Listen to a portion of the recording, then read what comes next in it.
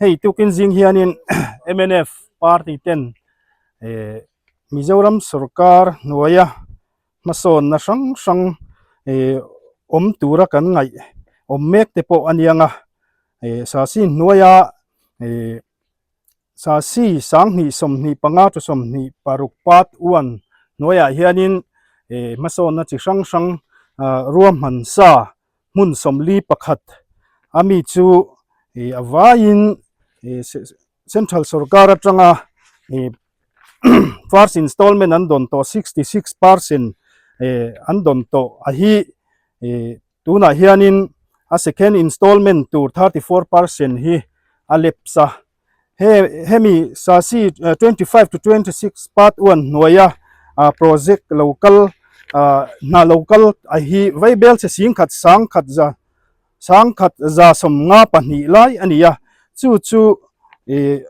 aleps zata ani apumpuya chon vaibel che zathum som ni pariat na tho turania chuta 66% chu first installment ni in sangson don to ania chu tiang mang chuan na tho ni in na somli le pakhat tho tura ro man ania chung zinga chuanin Aizawl municipal area hianin mun som pathum a oma chung mun som pathum zinga mun khat hetilaya Bethlehem vengkhang hall sakna tur multi community cultural center ti ania hei hi vaibe nuai zakua somnga ani asakna tur chu tiang chuan an hall nei to sa te thia tin ti hian abante an han laya chuta nuai zakua somnga a chuan second installment local tour lapsta hi nuai zathum som ni pathum ni in first installment a local kha nuai zaruk som ni le pasari ani hela hianin engatinge in en khup le hetiang thil a lep sung changa hian hantia zona te hi a om theya hi veng chungin le Aizawl kho chunga mason na tur tam takruwa man na lo om le tho chho mek te po ania chung chu ani turang ani zodon talawa hi apoi kan ti maya hei hi engwangin nge kan ti chuan kan sarkar sum en kol tu sum en kol thiam in ti thin te hian anti turang anti tok lovin hrianian in soi thina kha an lo hre tok lo ani ti hi alang chiang viu maya hilaya hian a en kol tu te athok tu kan sarkar te in tha da awanga hetiang anga veng tam takinan ro hlu nei turang an nei thei don talawa hi apoi kan tia chuwang chuan thei phei chu ni se heng alaps to sa hi ti laps lo le dan te malak pui hial po kan in huam ani chu tiang tur chuan ti ve thei te a party anga ti ve thei te kan nei ani ngai phei chuan kan in huam ani mason na hi mitin ta tur ania party bill ta tur po ani lawa tu tan po mal som na ni thin awangin amaro chu first installment utilization certificate hi kan state sarkarin ani tur anga an la pek let lei thei lo wang ni berina langa hetlaya second installment turun lepsta hi mual liam ta hi apoi kan ti ema abik takin hetilai chungchang helai community hall saktura weng chung ro lu tak tur an nei sa lai an man ring lai ti mayang arop to wanga sak that ngai ma se thia ni lak lo to boxi an han sa chun zomanga vai nuai zakua somnga saktura hisab sia hi aman tur om chuna chu nuai zaruk som ni pasari chu ni ta laya hi apoi maya ani turanga ni phazodon talota hi apoi kan te veng chung mi pui te po kan tor pui ani chuwang chuan hei hi amuna han fana han tlo velakha atulin kan ria veng mi pui te hianin kan ro hlu kan nei tur ang kan nei phatalawa hi achin changa ni na anga kan hriat te po a thain kan hria chuwang chuan amuna hetiang hian kan han tlo ta ani tia kha kan ta lang duwa ti chuan helai chau lo mun dangami te po hi a thei te po kan la tlo chhun zom zel tura ngai ila hetlaya poi achu hemi sasi 2025 to 26 hemi lep sawanga asum kan hlo 34% hi chu a ui om po lo ti ta ila a ui om em rualin chu ta tanga kan sum mu tur kan la hlo bel le cha kha ala om ta ui om dewa chu GST heng na atanga GST kultur second installment atanga GST kultur 18% a hi kan la loss le zelani kan ram hianin chulai achu thil ui om deuh mai ani kan ta na ro hlu ron om chho zel tur kan state ta na ro hlu om zel tur thu nei tu te kan sarkar sumen kol thiam in ti ten an en kol thiam lo ra hi tu na hian kan tel chho mek zel ania tu na hianin sa si 25 to 26 part 1 chau hi kan han soya adang hun masalama po alaps kan sarkar hianin sumpu athiama ati leps po athiama tin helaya hi sasi chungchanga hianin ni kan puk tamle min soi sela kan puk klem le an mutlem min tia ti lai ania sasi bi ka hi lon ro rawa lon thami ani na ania an puk to dang zong zong te le na chu chuanin thil puk poilo ber te zinga mi apung po tlem takle arul hun tur po kumrei takami rul thei turani siawang hian thil ui om tak ani in kan ria chuwang chon veng chung mi puite le helai bial veng mi zong zong te helai chhor tang kai tu tur te hi kan tor pui tak zet ani tia kha kan soi du ani ti chuanin veng chung lampang kan hruai tu te helai din mun atakalo mu tu te le soi du nei an omin kan ring an ni te hianin han soi chun zom sela athange le voin nia kan MNF General Headquarters ra kan hruai tu te helaya kan veng chung mason na kan lai mek te min ron en pui hi kan lom maya ei kan muang hian helaya hianin kan veng ina kan lo nga fak lum te thira kan lo thlir tun ma tang tua kan lo be sei em venian na hatanan han nia amaro chu kan ngai thak tuang khanin hetia poisa local le tur second installment an han laps ta mai hi venia hian poi kan ti khop maya tin malak na po hi hei tun china hi chuna kal thavia win kan siat laya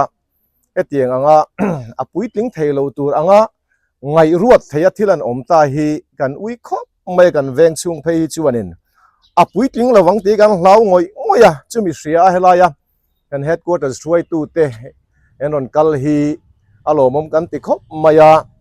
ti chuan ei kan ria dangin kong lai emo pavement amo khati anga thilkal ani lova building bi ka hi chu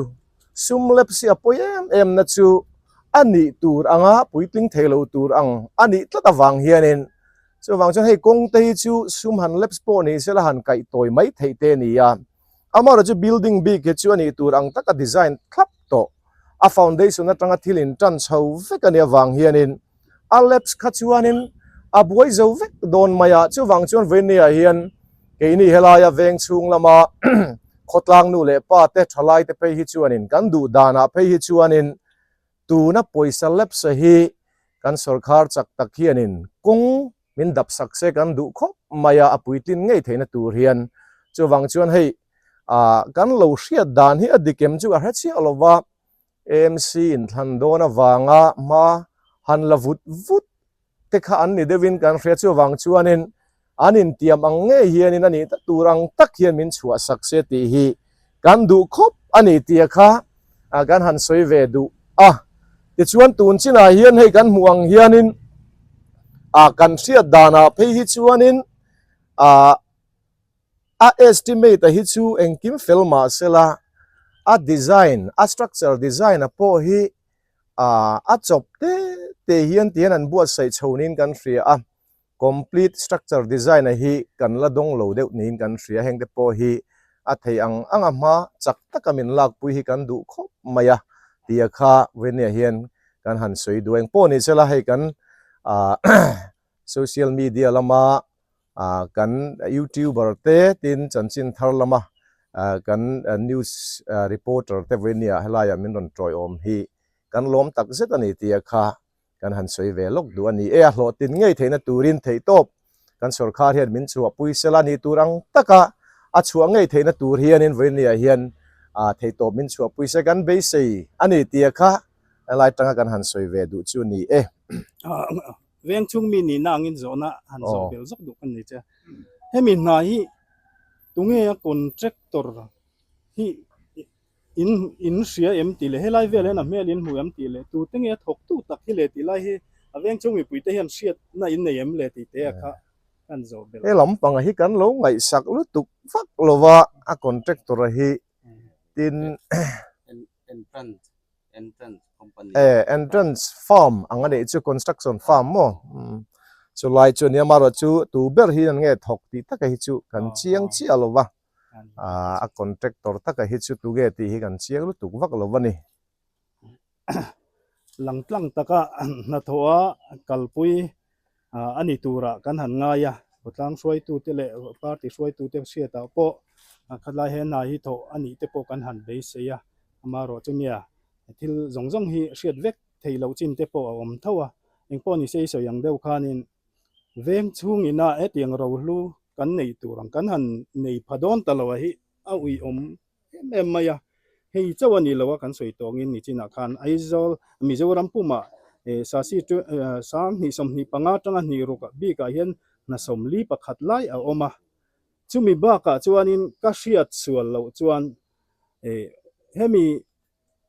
part 1 hemi first installment 66% local hi UC pese UC pe felvek theise second installment local le turani ta chumi second installment an tho na UC chu fel fai taka an pek theile chuan tuna nuai zathum som ni nuai sing thum sang ni zariat local hi hemi za che hi part 1 nuai hian mule turan nia chung zong chu tuna first installment UC an nei theilo wanga second installment loss book kan thang zong ka kan lo le zel ni in kan sia kan ramtan mason na tam tak kan chana ni ti lai te kha kan soitele do ni nia alo mom khop me thil pakhat chau kan sei du chei a contractor chungchang ai chon engma boina kan nei lova tina na po hi a thok thatura po kan be se kan lom khop me khotlang po tin hei a material han man po hi han en ula rot chungchang a po hian hei hi PWD na specification an pek ang thlapin a rot quality a po hi a thain kan ria etiang ang ro tling contractor ina helaya min han chop saka hi kan lom hle ani a party ang zongin ka soilova a khotlang ang zongin kan lom tak zeta tia kha kan han bel le zok ni sela tun china hi chuan engma veng chunga tang po hian soi sel na emo a tlema mit han tung lo na lai po hi omin kan salovani tia kha kan han bel vele sim ani kalome hei tuna hianin sasi mangan na tho tur a then chu na tho to kalmek te amaro chu kan state sarkar a en kol tu te in thada awanga sumlaps nimek te hi mun sang ami te kan han to kwalania tun tuma hianin hei ramthar venga multipurpose community center noi zali som ni pathum manga sakmek te kan ena chuta chuan 34% second installment local le tura hi first installment utilization certificate thelu fellow awangin an lapsta ania nuai za somli le pali lo lakal le tura hi tuna hian mu lovin an omdon ta heti hian an sathaviu nin kan ria heti la thleng china hi chuan amaro chu ani turang ani theidon talo lai ta hi apoi kan tia ramthar veng mi puite chortang kai tu turte kan tor pui in hetiang anga kan ho tu te kan sarkar na tok tu te in thada wanga ani turang nidon talo lai hi apoi kan ti tak zeta hun local le zel tura project dang le enge mothil lo om turanga chia po film khur takin kan ho tu angai na ria in ti sarkar mek te hianin ngai tu na sengin atak takin na thok sela a thain kan ria hemi ramthar veng multipurpose community center ani turang apoi tling theidon talola hi apoi kan ti in kan party MNF te chuanin amhuna hetiang hian kan han tlo ania in aveng chung lampanga kan party hruai tu te le hetlai a hmun hma engkim lo hre chiang tu te pawh hian han soi ve du an nei in kan ring an nin han soi chhun zom sela a tha in kan hria ani in veng hemi community center sak mek tura nuai za somli pali la in hlo chungchang lai te hian engemaw han soi du te a kha in em nei ve boke ei nia ram tar veng hemi community hall hi aro pui kan tia kan lom te lul nen hemi saski an second phase nuai zale somli pali ngot mai an laps ta mai hi apoi kan ti ema thi la hi ti thei dan kong om to lo nge ni chu kan shelawa oi takani ram thar veng chung te hian mi pui te hian kan lo chuan te lul nen hemi hol kan han nei tu te hi kan hlima kan lom te lul nen an lep sa hi veng chung tan hian in alung chiat thak kan ti a chu ani deuh mai e ole hei sarkar masa in ram thar veng mangai takin ngai to in multi purpose community hall sakna tur cheng tam tak min pe a chumi mang chuan sakani a hei an hnuai lama te po parking thatak mai oma achunga hall te a om chowa chuan a main tak tak tur hi amasa estimate 10 ala thleng phalowa ti chuan saski hnuaya second phase alo kala chuta chuan mani loka home minister UDNPM minister nibok usap danga lo kala heta waime in ko khomin second phase